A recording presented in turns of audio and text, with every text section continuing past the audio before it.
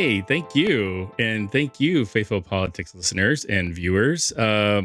Josh is out this week. So he is actually in Mar-a-Lago working on the Trump August 2021 campaign. But in his place, we have returning guest, Professor Corinna Barrett Lain, who teaches at the University of Richmond School of Law, and this is her second time on. So you don't quite get the Faithful Politics golden jacket just quite yet. You have to come on 5 times for that.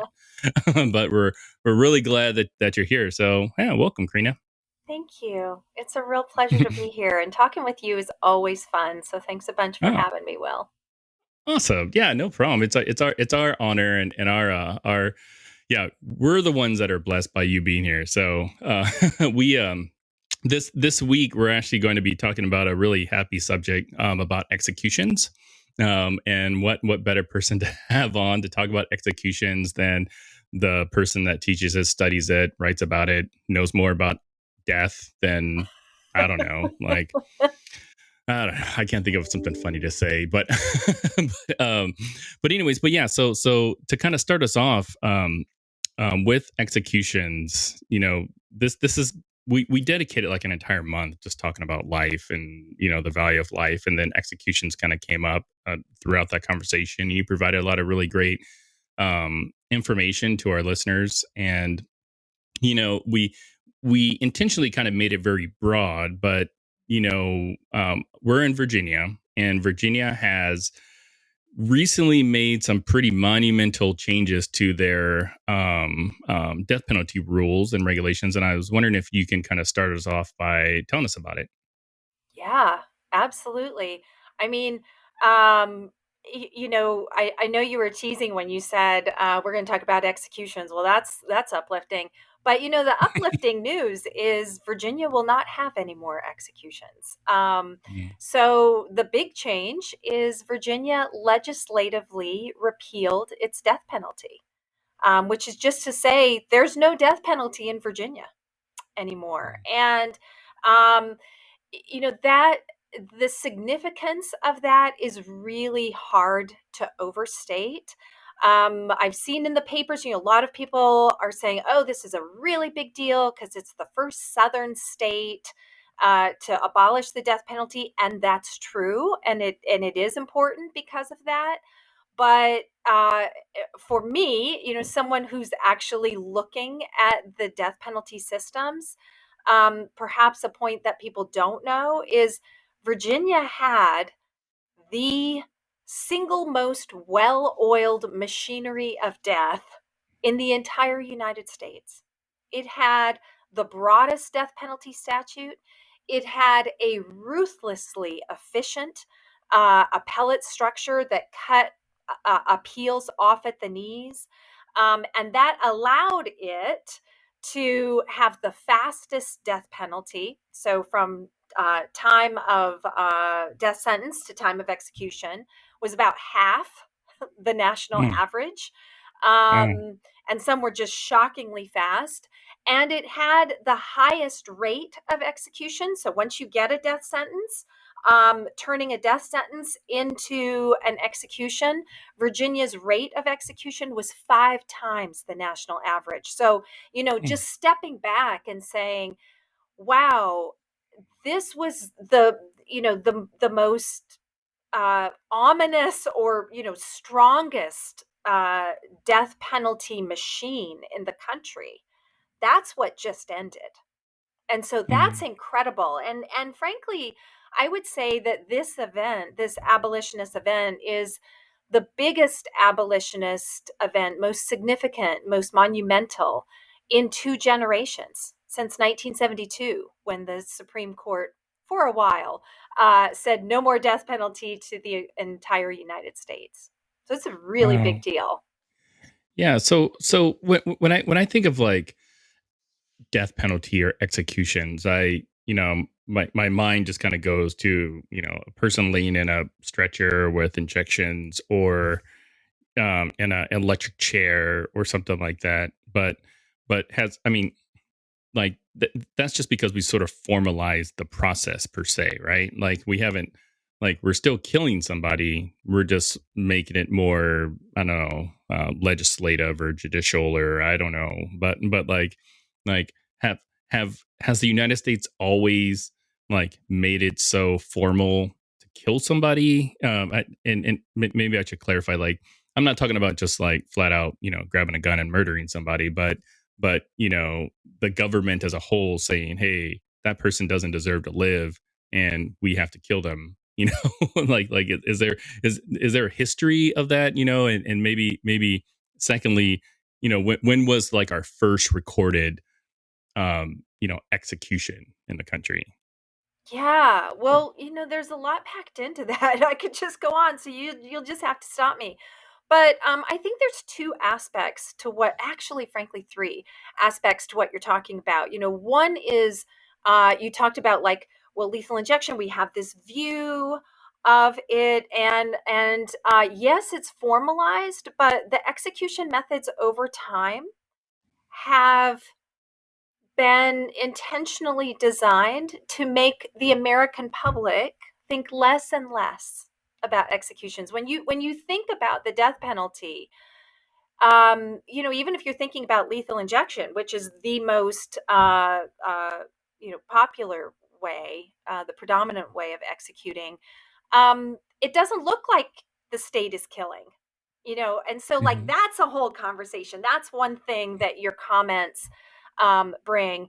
The other is, you said, well, has it always been so formal? Well, that raises lynching and the relationship between the formal death penalty and what might be called the informal death penalty through lynching. And so we could talk about that.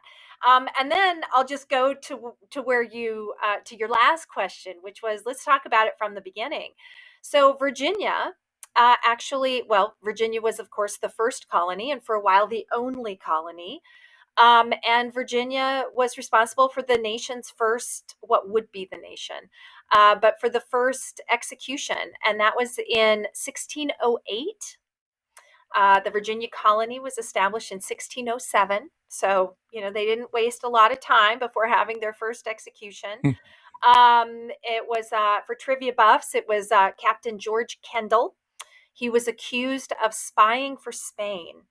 And the method of execution back in the colonial days was hanging. And Mm. he was not hung, he was actually shot.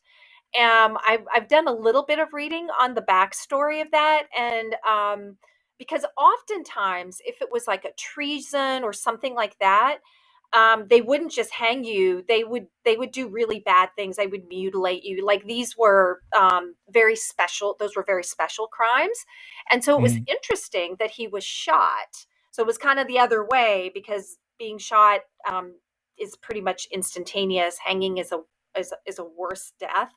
Um, Mhm. um, but the historians think that it was because of his rank that they gave him the mercy of shooting him. So that was the first execution. And when the colonists came over, they came with all of England's laws, right? Because they Mm. were English still. They were an Yeah. outpost, but they came with all of England's various death penalties. And then their own circumstances led them very quickly to um, create new death penalties. So there was, for example, you could get the death penalty for stealing a hog. Mm. Because, and you might think about, like, really? Boy, that's draconian. But when you think about it, these were people who were barely surviving, and a hog could feed a lot of people. And so, like, that was an existential threat. Same with boat stealing. Like, boat stealing was a capital offense. Why? Because they needed their boats, and that would leave them stranded if they didn't have a boat. And so a lot of these things, the early capital offenses were really a reflection of just how destitute and, just how fragile the colonies were at first. And I should mention, given that this is a faithful podcast, faithful politics podcast. But I should mention that there were a number of capital offenses that the colonists enacted that were religious offenses. So taking the Lord's name in vain, not respecting the Sabbath. There was something like, can't remember, but it was something like, disagreeing with the articles of faith. I remember reading it and thinking, oh, geez, like, you couldn't even Yes. disagree. But if you think back, religion and state were very much intertwined and at the time, and an affront to religion was an affront to authority. And so they needed that authority just to stay together, survive, all of that sort of thing. So the colonists, given what they had from England and then their own, they had Virginia had a pretty strong death penalty from the start, from its earliest days. So this captain, he was white, I take it, right?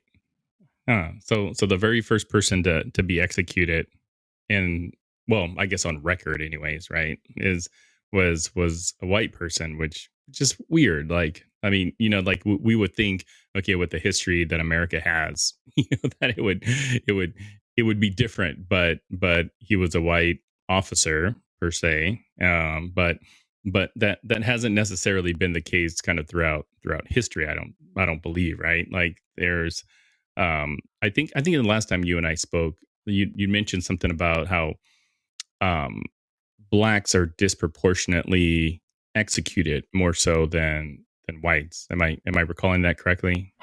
Yes. I mean, that's a really strong statistic. And yeah, so when you think about it, Will, um the first person on record was a white, but this is like the colonists when they first got there in very short order. So by the mid 1700s, so pretty early in, Virginia had a huge slave population. Actually, from around 1750, uh, enslaved people were half of Virginia's population. So you can think about that. And Virginia had the highest, I think Virginia's executions, maybe they were in the hundreds, but Virginia accounted for 85% of all slave executions in the entire, in all of the colonies. Virginia was the leader Mm. in those slave executions. And frankly, uh, the numbers are in some sense underrepresentative, because Mm. when enslaved people were condemned to die, the state had to pay the slave owners. And so Gosh. there were hundreds more, I think 2 to 3 times many more enslaved people that were actually exported, so that the Mm. state would not have to pay for Yeah. the actual slave owners for the executions. But Virginia had, from back in the day, Virginia had a huge population of slaves and a huge number of slave executions. And then it also had, which were important, it had these things called slave codes. And Mm. so while there was a general death penalty, and I've kind of talked about that a little bit, there were also slave specific death penalties. So, by the way, one of them that I just think of off the top of my head, preparing a medicine without the taker's consent, if you were a slave, Mm. was a capital crime. Why? Because Southern whites were afraid that their enslaved servants would poison them. And so, there were all of these random crimes. Virginia had 66 slave-specific death penalties. And then it had one of those 66, just for good measure, was a catch-all provision that Hmm. said any crime that a free person committed that they would receive 3 or more years imprisonment was a capital crime for a slave. So it just covered Wow. everything. Yeah. And that's just the slaves. I mean, I'd love to talk about Virginia's specific history of using the death penalty, even outside the slave population. But I'll follow your lead. We Yeah. might do that later or now Yeah. or whatever. Yeah. Well, I mean, like to that, like earlier, you mentioned Virginia had like the apparatus, or the machinery to execute people well. It was like well-oiled machine. And I'm like, well, what does that mean exactly? And how has that, I don't know, like help perpetuate just sort of like this need to kill people, like Yeah. in the Commonwealth. Yeah. Well, okay. So here you're just going to need to stop me when when you had Okay. enough. I'll try to All right. keep it quick, but it starts with like who is eligible for the death penalty. And by the time Virginia abolished the death penalty, it had 15 specific offenses. But frankly, each of those had like if you raped someone and killed someone, that might be, in fact, that was one, but attempted rape could go in there too. Mm, So a lot of them had like attempts or different variations within them. And so the actual number was much larger than 15. Um, but you had these capital offenses, and then to get the death penalty, Virginia had 2 aggravators, and so this kind of hooks into what we talked about our last podcast. The Supreme Court in 1972 ruled that the death penalty was unconstitutional because there was it was arbitrary and capricious. There was no guided mm, discretion. In yeah. 1976, the court comes back and says, okay, states, if you've guided discretion, we're going to say okay to that. Now, I have to tell you, Will, that when the Supreme Court in Furman versus Georgia in 1972 said, the problem is arbitrary and capriciousness, there's too much discretion, Virginia's first response was, oh, you don't like discretion? We'll fix that. We're going to enact a mandatory death penalty. That was What? Virginia's first response was, great, everybody dies. Oh my But when the gosh. Supreme Court looked again in 1976, the court said guided discretion statutes, that's okay. Mandatory discretion statutes like Virginia's, that's not okay. So Virginia rewrote its statute yet again. And so to guide discretion, you had to have these aggravating circumstances that separate, in theory, first degree murder from capital murder. And so Virginia just had 2. Most states Mm, have a whole bunch of them. Virginia had 2, but Virginia's 2 were future dangerousness. Do you think the mm, person would be dangerous in the future? And vileness. Was the murder mm, vile? And you look at those and it's like, this is capital murder. Who's going to walk away going, yeah, I don't think he's a danger. No, that mm, one's not going to work. Or, yeah, that yeah. wasn't vile. Like these are 2, there were only 2 catch-all aggravators like in existence. Texas had one of them. Texas had the future dangerousness. Virginia was like, you go big, we're going to go bigger. We're going to use Hold my future beer. dangerousness Yeah. and vileness. And so, there were only two catch-alls. Virginia had both of them. And so Mm, Virginia's response was, okay, we'll guide discretion, and we'll mm, guide it in a way that the answer is always yes to the mm. question Now, of death. and both of those are pretty subjective terms. I mean, right? Like, Yeah, and like how just maybe we do like just a quick sort Yeah, of sure. like break, because I still want to hear more about this, but Mm. like how does one like actually get, I don't know, the death penalty? Is that like a judge thing, or is that like a jury Mm. thing? Yeah. So it's almost always a jury, but a defendant can choose a judge. So most capital defendants. So what happens is um, a person commits a murder or allegedly commits a murder. Mm-hmm. A murder happens, Mm-hmm. and the person is charged, and the person is charged with capital murder. And then the commonwealth attorney, the prosecutor, has to decide, like, okay, do I, this person is death eligible. Do I want to go for death? Do I want to indict them on capital murder?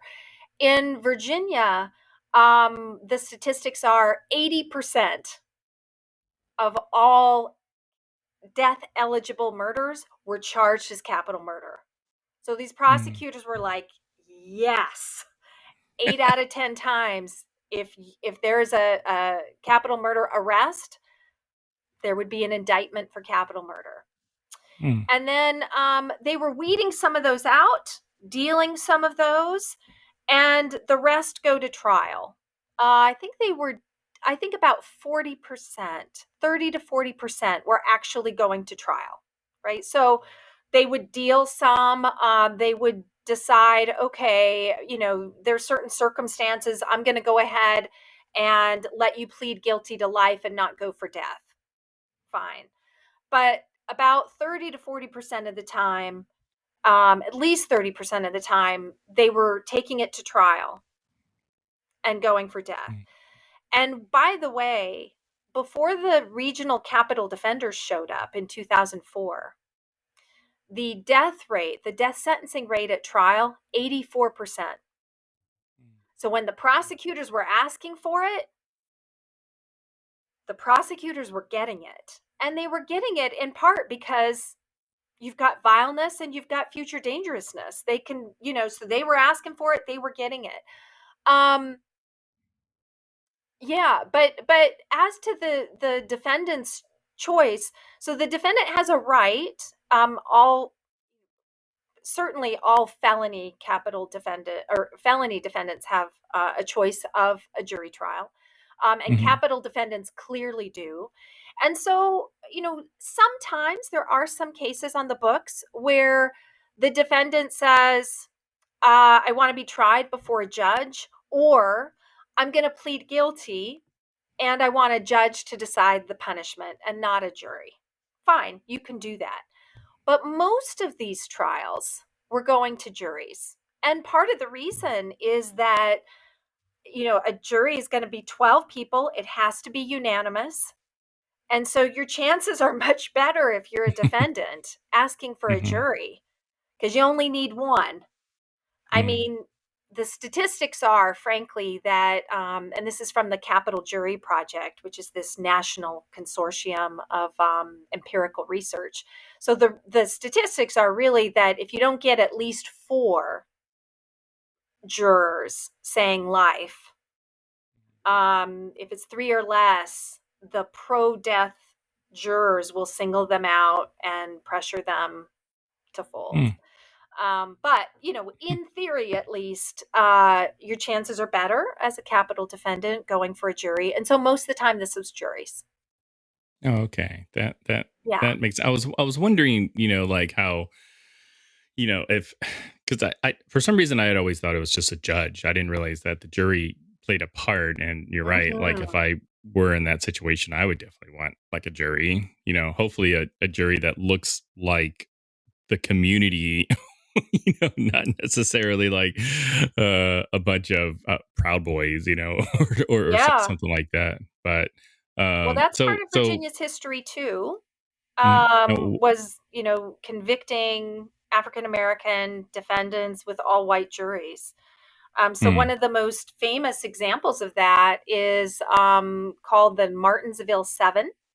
mhm, Came out of Martinsville, Virginia. And the Martinsville Seven is famous. In part, it was seven black men who were accused of raping, not raping and killing, raping a white woman. There's significant evidence that at least five of them were completely innocent, that two of them may have been involved. But in any event, these seven men were tried individually in capital trials that in their entirety were less than a day each. They were by all white juries, all white men on the juries. And they were all convicted. And then five of them were, and this is what, this is in part what makes the Martinsville Seven so famous, but five of them were executed in one day in Virginia. And that is the record for the most executions, the most mass executions in one day in Virginia. And I think it's comes second nationally. Like, no one, executes five people in one day. But Virginia did, and it did it. When did this happen? When did this happen? I'm sorry. That was 1951. Okay, got it. Yeah, and then how did they die? I think they were electrocuted. Yeah, they would have been. They would have died by the electric chair. Yeah. That's right. So how? So when somebody gets executed, how or maybe I'll rephrase it. Like, how does the method of execution get determined? I mean, do like states kind of have like a grab bag of different options and then they choose one, or is there like certain legislation that, like tells, the people how to execute somebody? Yeah, so both of those things are true. There's there's legislation and it's a grab bag. So the legislation, each state, the states actually set their own criminal laws and their own punishments and their own execution methods. So this is a state by state thing. The states will pass legislation, and some of those states will say, these are the methods that are authorized, and we'll let the Department of Corrections choose. Some of them, like South Carolina, just said, all right, lethal injection, but if we can't get the drugs, firing squad. So, there's the states can do it any which way they want. Now, what I think is, well, one of the many things I think is really interesting is that the states in the 1970s, starting in 77 or 78, started passing these lethal injection statutes. And I've looked at these statutes. I've looked at every single one of them in the country. I think all but 3 or 4 just say lethal injection. They just say, I mean, they'll either say death by lethal injection and that's it, or they'll say death by a combination of drugs as the Department of Correction shall deem appropriate to cause death by lethal injection. But like, they don't say anything except for lethal injection. There's no guidance from the legislature at all. And so you go inside the DOC, the Department of Corrections, and are those people, those people are getting this directive. Okay, establish lethal injection. And they're like, I don't know how to do that. I'm an expert in prison security. Yeah. And whatever else is connected to prisons and prison administration, they don't know how to do lethal injection. That's like this warped medical procedure that a surgeon would do. You would need an anesthesiologist. And so, one thought is, okay, well, we'll just ask somebody. We'll outsource it, right? We'll ask somebody. The problem is the medical profession wants absolutely nothing to do with this. And the people whose expertise you really need are anesthesiologists And the American Board of Anesthesiology, and by the way, you have to be board certified to be able to practice in hospitals. So, like, these people really matter. They have said, if you participate, if you give advice, if you participate in any way in lethal injection, we will take your board certification. Oh my gosh. So those Mm. people are out. And so you might say, like, how did they even do it? How did they even figure it out? Well, the very first state was Oklahoma. I think, I can't remember whether it was 78 or 77, but in any event, so Oklahoma passes the first lethal injection statute. It goes to the DOC, and the Department of Corrections is like, I don't know. And so they reached out to the various medical associations. Nobody wanted any part of it. And so they actually got the state coroner, the state medical examiner, to advise them. And he later said in an interview, he said, I'm an expert in dead bodies, not in how to get them that way. But they asked my opinion. They didn't have anybody else to go to. And so I told him, he said, I didn't do any research. I just made it up off the top of my head what I would do. And he said, who knew it was going to take off? But it did. He made it up off the top of his head. They passed it. They adopted it in a day. And then that became the traditional 3-drug protocol, because all the other states that came after, they didn't have anybody either. So they were like, well, let's just do what Oklahoma did. And that's Mm. how that's how it happened. But I Oh mean, my all of that is just to say there's this massive hole, this massive gap. And by the way, that wasn't just the early story of how lethal injection came to be. In 2014, there were, people may remember, there were a series of botched executions, very highly salient, really caught the public's attention. And one of them was a guy named Clayton Lockett in Oklahoma, who actually, he was supposed to be down and he came out of it. He's trying to get up off the gurney. He's swearing. He's clenching his fist. He's clenching his jaw. People are gasping. It was a terrible, terrible thing. And there was litigation that followed that. And there are these reports. So how did Oklahoma figure out, it ran out of the traditional drugs for the 3-drug protocol. One of them is no longer used. How did it figure out, like, what drugs to inject this guy with? It turns out that it was 2 lawyers, one from the AG's office, one who was representing the DOC, and they Googled it. They gosh. Googled it. That's what they did.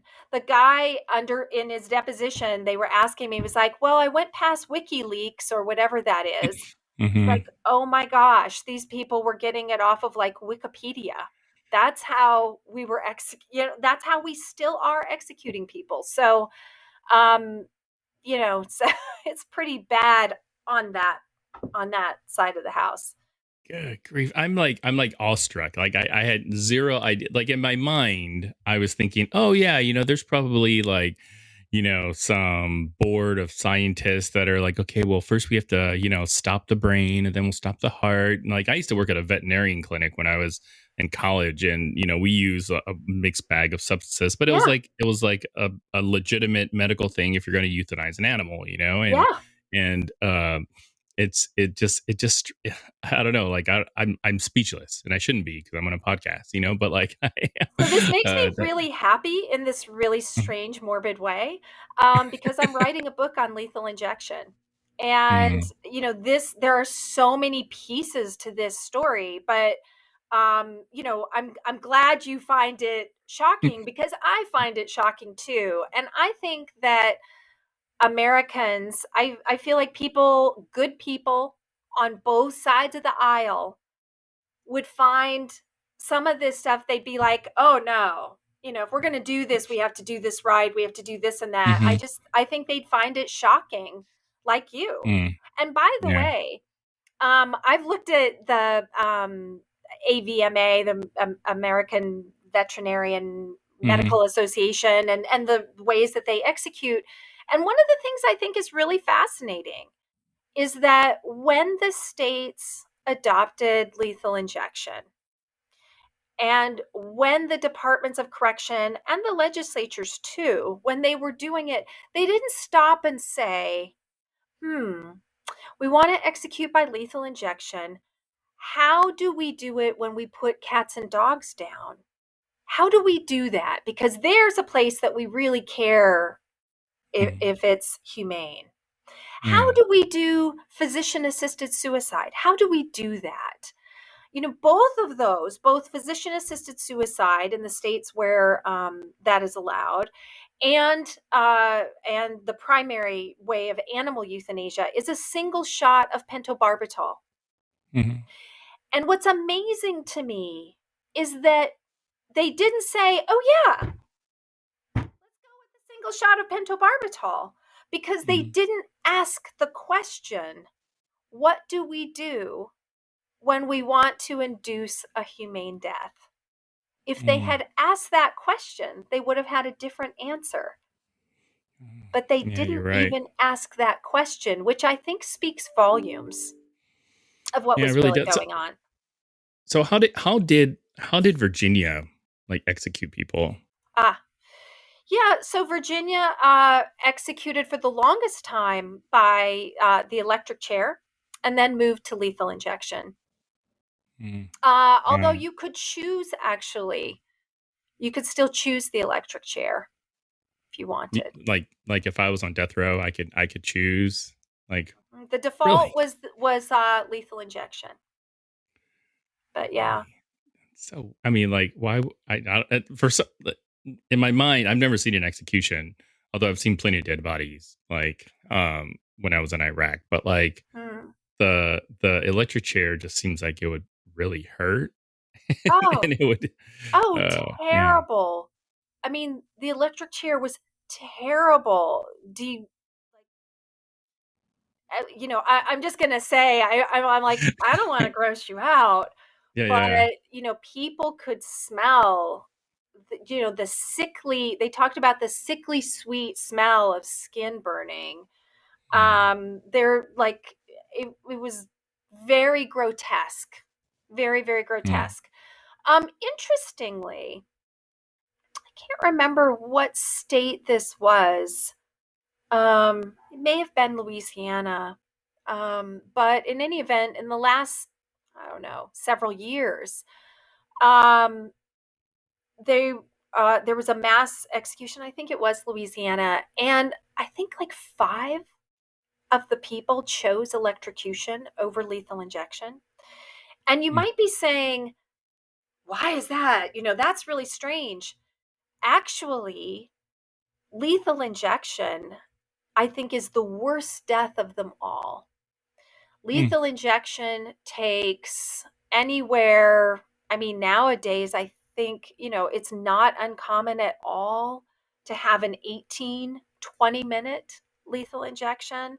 Mm. Um, the botched executions, I mean, the longest execution in US history was with lethal injection. That was in Arizona. It was just short of 2 hours. Mm. But even the botched locket execution was 45 minutes. But a lot of these are 20 minutes, 15 to 20. That happens all the time. Mm. And the thing is, with this 3-drug protocol, the first drug is supposed to be an anesthetic. So that could be started out sodium thiopental, then became pentobarbital. Then they ran out. And so then it became midazolam. Midazolam is a sedative. It's not, it has no anesthetic qualities at all. Mm. And all the research, like I've looked uh, in the pharmacology textbooks and seen the graphs where it shows, plane of anesthesia, and then it shows midazolam topping out before you get to it. So midazolam, they're feeling this stuff. But after the first shot is the second, and the second is a paralytic. And the paralytic not only paralyzes you, but is also a muscle relaxant. And so what happens is this look of calm takes over, particularly in your face, and then it freezes you that way. And so what people see is that looks like a peaceful death, like, drifting off in your sleep to death. That's what all of us, that's the death all of us, I think, would like, is just go to bed, say goodnight, and, go to meet your maker, but so it looks like a peaceful death, but it's actually, that's the work of a paralytic. And then the third drug is potassium chloride. And that's like road salt. And they inject that. It chemically burns the veins as it races to the heart, where it induces cardiac arrest. So, the second and third drugs are very painful. I actually haven't talked about the paralytic, but so the way the paralytic works is it paralyzes from the outside in. And so first you're going to look very calm and relaxed and at peace. As it does its work, though, the last thing that it paralyzes is the diaphragm. That's what allows your lungs to breathe. And so your breathing becomes increasingly shallow as you suffocate to death over 15 minutes. So they've done these autopsies where they're seeing that the jugular veins are distended. These people are inside, they're fully awake, they're aware, and they are gasping. They are breathing as hard as they can, trying to get air in their lungs. The lungs are heavy with fluid. It's the same as drowning.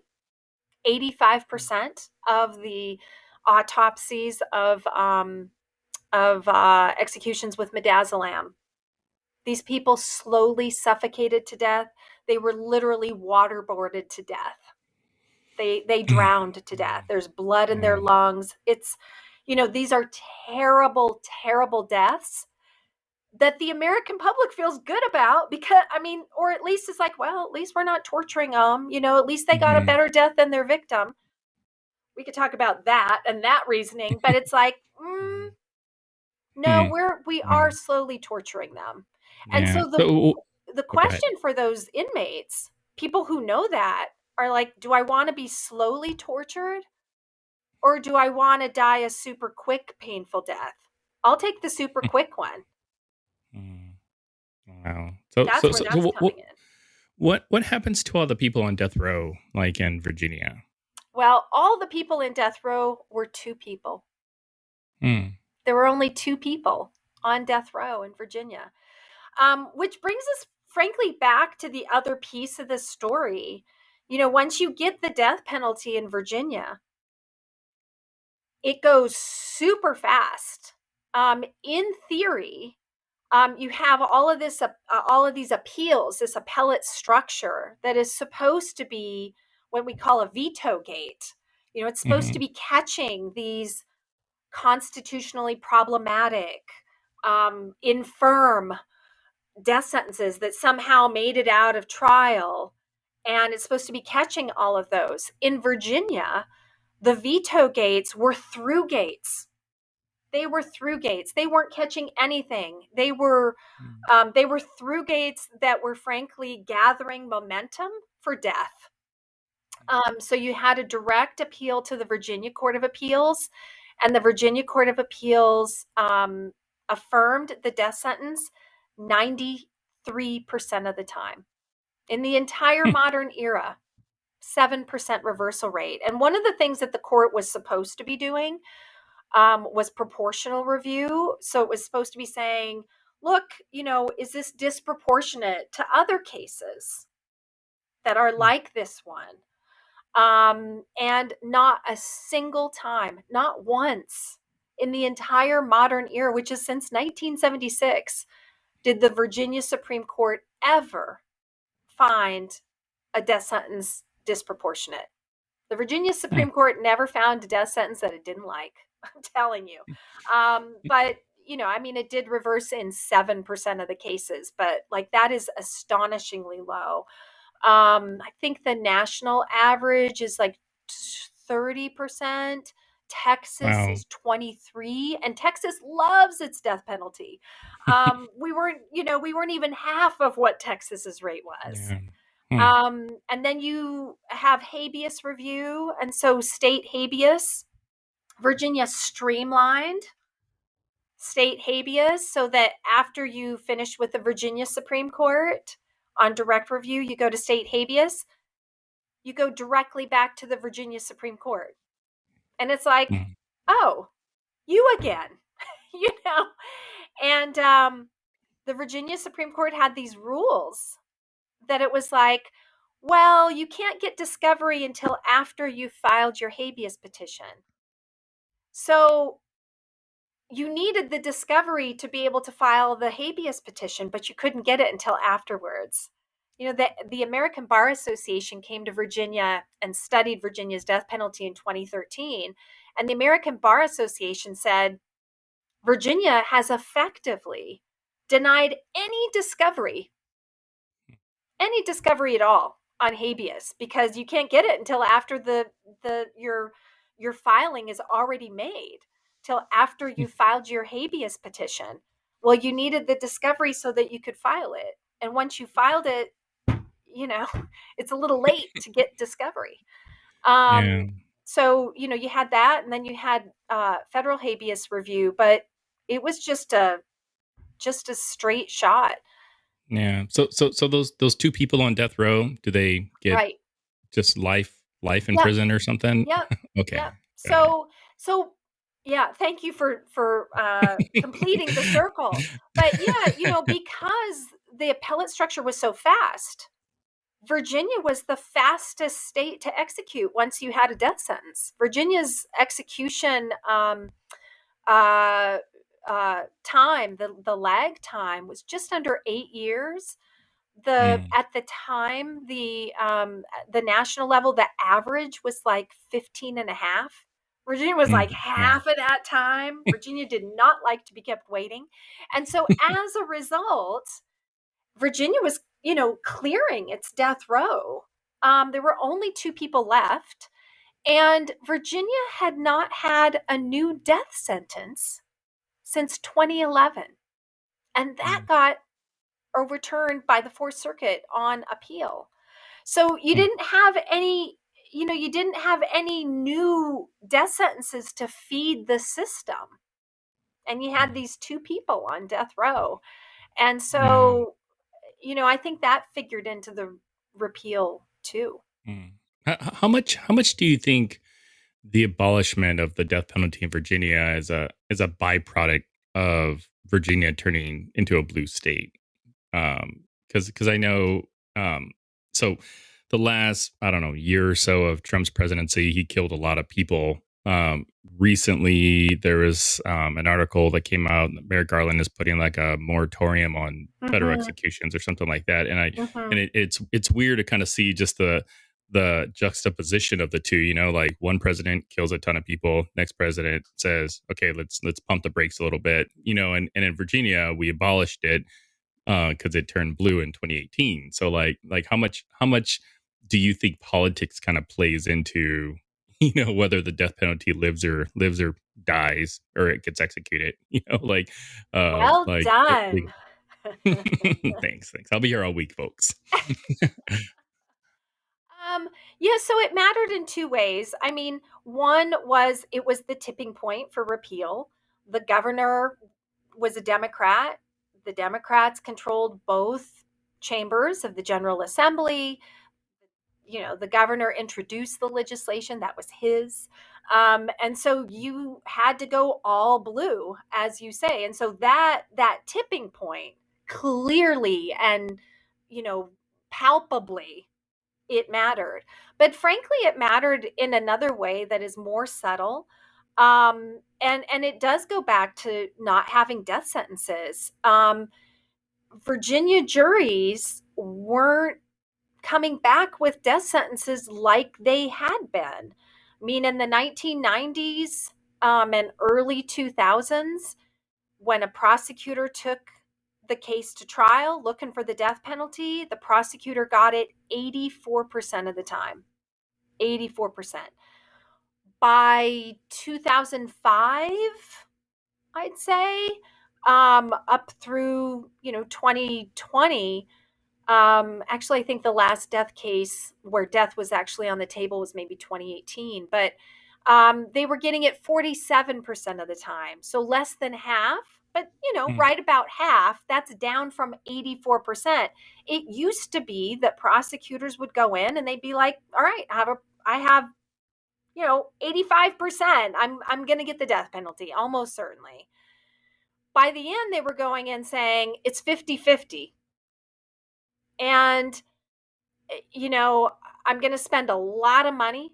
I'm going to turn the office upside down because it's going to be so much litigation. I'm going to have to pull some of my, line attorneys off and put them on this. It's just going to be a massive upheaval for a case 50-50, that may not come back. That had to do with Virginia juries. That had to do with changing populations. And I have to give a shout out here. That had a lot to do with advocacy groups that going back 30 years were on the ground with information campaigns, teaching people not only about Virginia's death penalty, but about the death penalty more generally. And you had, so Virginians for Alternatives to the Death Penalty. You had, at the end, you had the Virginia Interfaith Center. So you had, that whole group of people. You had the Virginia ACLU on board. There's probably some others that I'm neglecting to name right here. Sorry. But, you had these groups that had been doing the boots on the ground work of changing hearts and minds. And they also were connecting with family members of slain victims who were against the death penalty and helping them to amplify their voices and explain that thing that happened did not make me feel better. It did not do, what people said it would. And I still don't have my father. And we just killed another person and they had a pathetic life. And so now I feel bad about that too, and those death cases, they just, even in Virginia, I mean, it drags on. You plead the case out for life and you're done. And they start serving their term and you go on with your healing process. When it's the death penalty, you're waiting for death. You can't go on until the punishment comes, and it hasn't come yet. And so you're just dragging these families through the mud. And so, they have their own story to tell. And I think so much of the death penalty was really about avenging these lives for these family members. And so, like, that piece of the story, that, like, don't do that in my name. That's a really important piece of the story. And these are just like little individual people. They don't have their own microphones. They don't have their own platforms.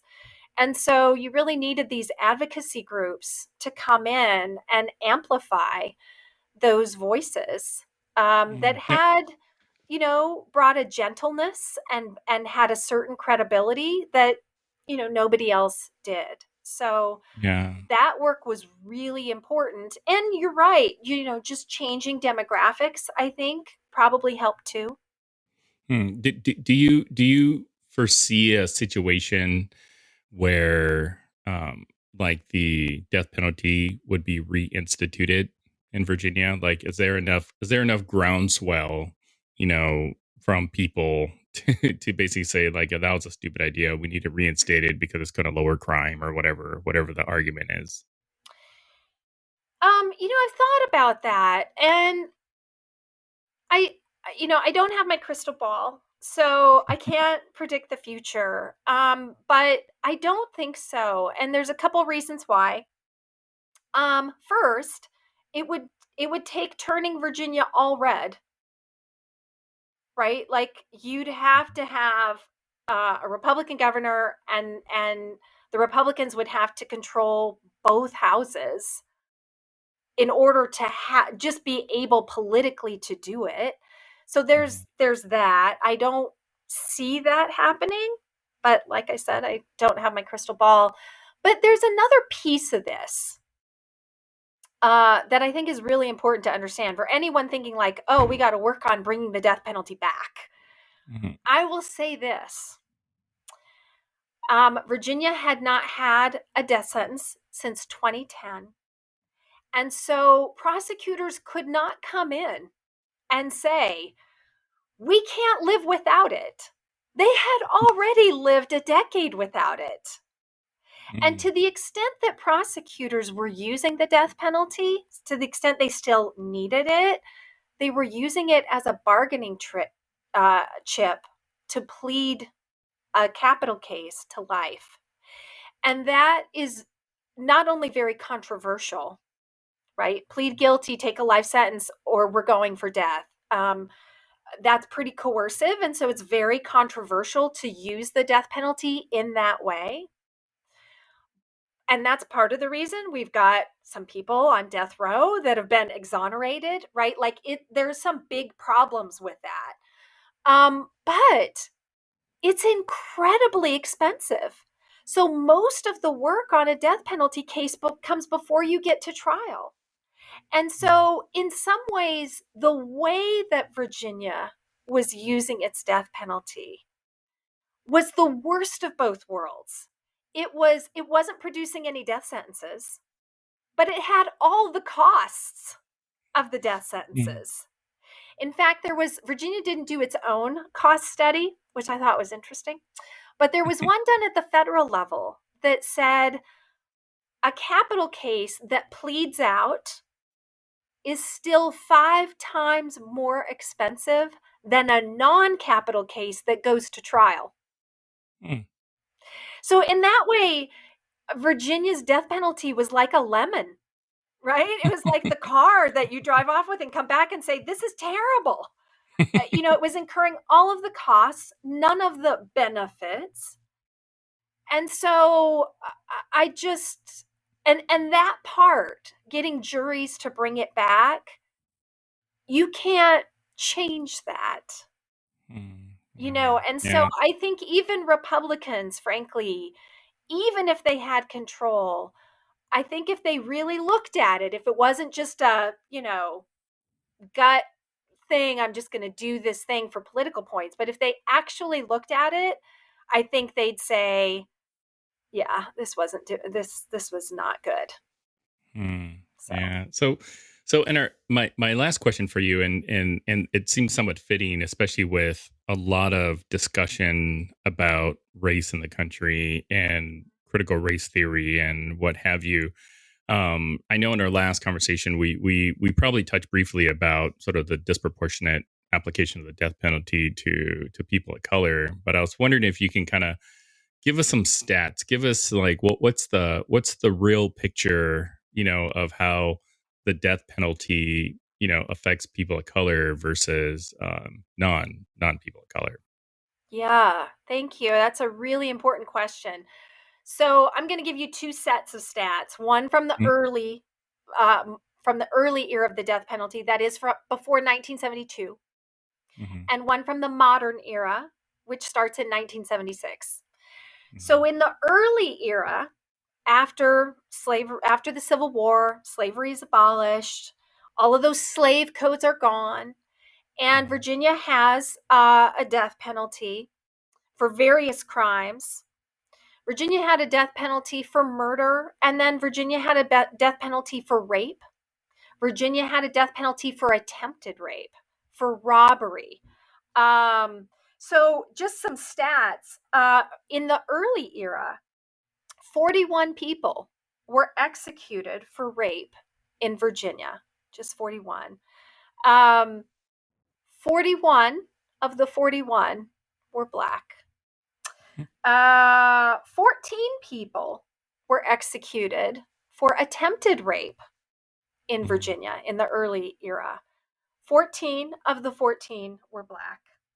5 were executed for armed robbery. 5 of the 5 were Black. If it wasn't murder, those crimes were reserved exclusively for African American offenders. Now, murder, a white person could get the death penalty and be executed for murder, even in the early era, but it didn't happen much. In fact, let's see, 176 people were executed for murder in the early era. 34 were white. That's 20%. 142 were Black. So 80% were Black. So, we talk about the importance of race and its disproportionate impact in the death penalty. Those numbers are stark, right? Like that's exclusively Blacks. Now that's in the early era. Then you fast forward and you go to the modern era. And in the modern era, so this is past 1976 to our abolition in 2021, race still played a very important role in Virginia's death penalty. It was just more subtle.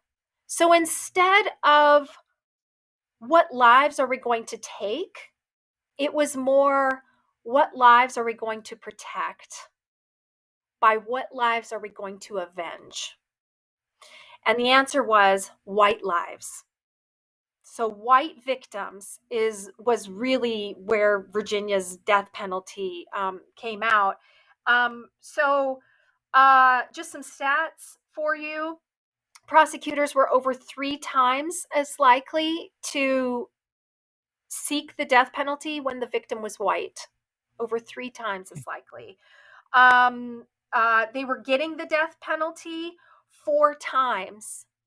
When they took it to trial, your chances were 4 times as high if it was a Black defendant, and if it was a white victim than if it wasn't. And then when you think about the cross race comparisons, it's really crazy. So Virginia had a total in all of the eras of 1,390 executions. In the modern era, it was 113 executions.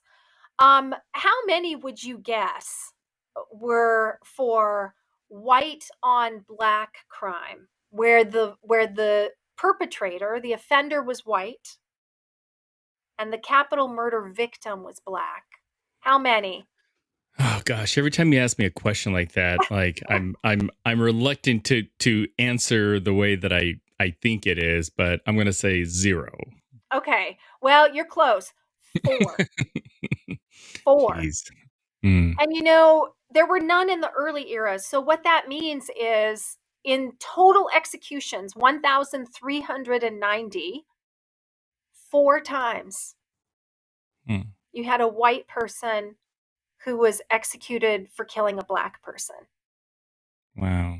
Which is just crazy. If you go the other way, by the way, the other cross race comparison, how many African Americans were executed for killing a white person? The number is 36. So, a lot of capital murders, actually, a lot of murders generally, are not cross race, right? They're often African Americans killing African Americans, white people killing white people. But of the cross race comparisons, Yeah. 36 times black on white crime, 4 times white on black crime. Yeah, that's crazy, and Yep.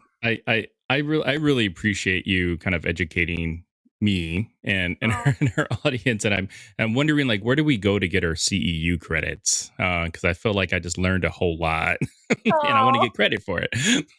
So, you're so sweet. if people wanted to kind of learn a little bit more about the death penalty in general, either Virginia and or just nationally, like what are some good resources for them?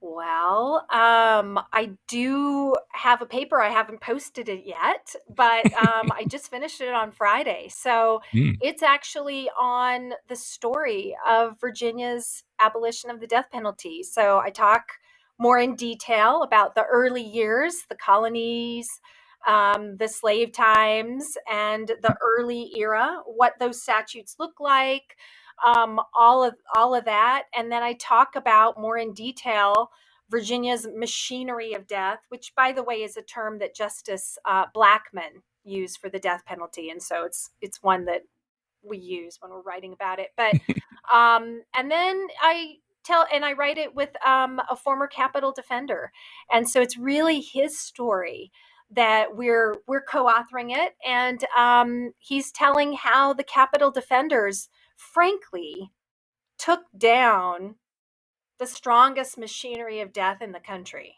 And it is a Mm. fascinating story. And it really involves leveling the playing field. That's what they did. They corrected, they made up for injustice in like 3 or 4 or 5 different places. And it made a huge difference, along with other things that were also making a difference, like juries and stuff like Mhm. that. But so I'll post that, and I'll send it to you if anyone decides they want to read it. Um, I think that the Death Penalty Information Center, DPIC, you can just Google that, and it is a wealth of information. It has all the stats, nationally, state specific. It has tabs that are for various issues. So there's an innocence tab and there's a cost tab. I think there might be a prosecutorial misconduct tab. Um, but that's a really great resource too. And Awesome. then, Well, frankly, I have to again give a shout out Virginians for Alternatives to the Death Penalty. If you're a Virginian and you want some Virginia specific information, their website has lots of information too. awesome. Well, cool. Well, thanks again, Karina. You're Absolutely. an awesome guest. I can't wait to have you on 3 more times so we can get you that jacket. And yeah, and thank you, listeners, and we will talk to you guys later. Take care. Thank you. Thanks for having me. You're welcome.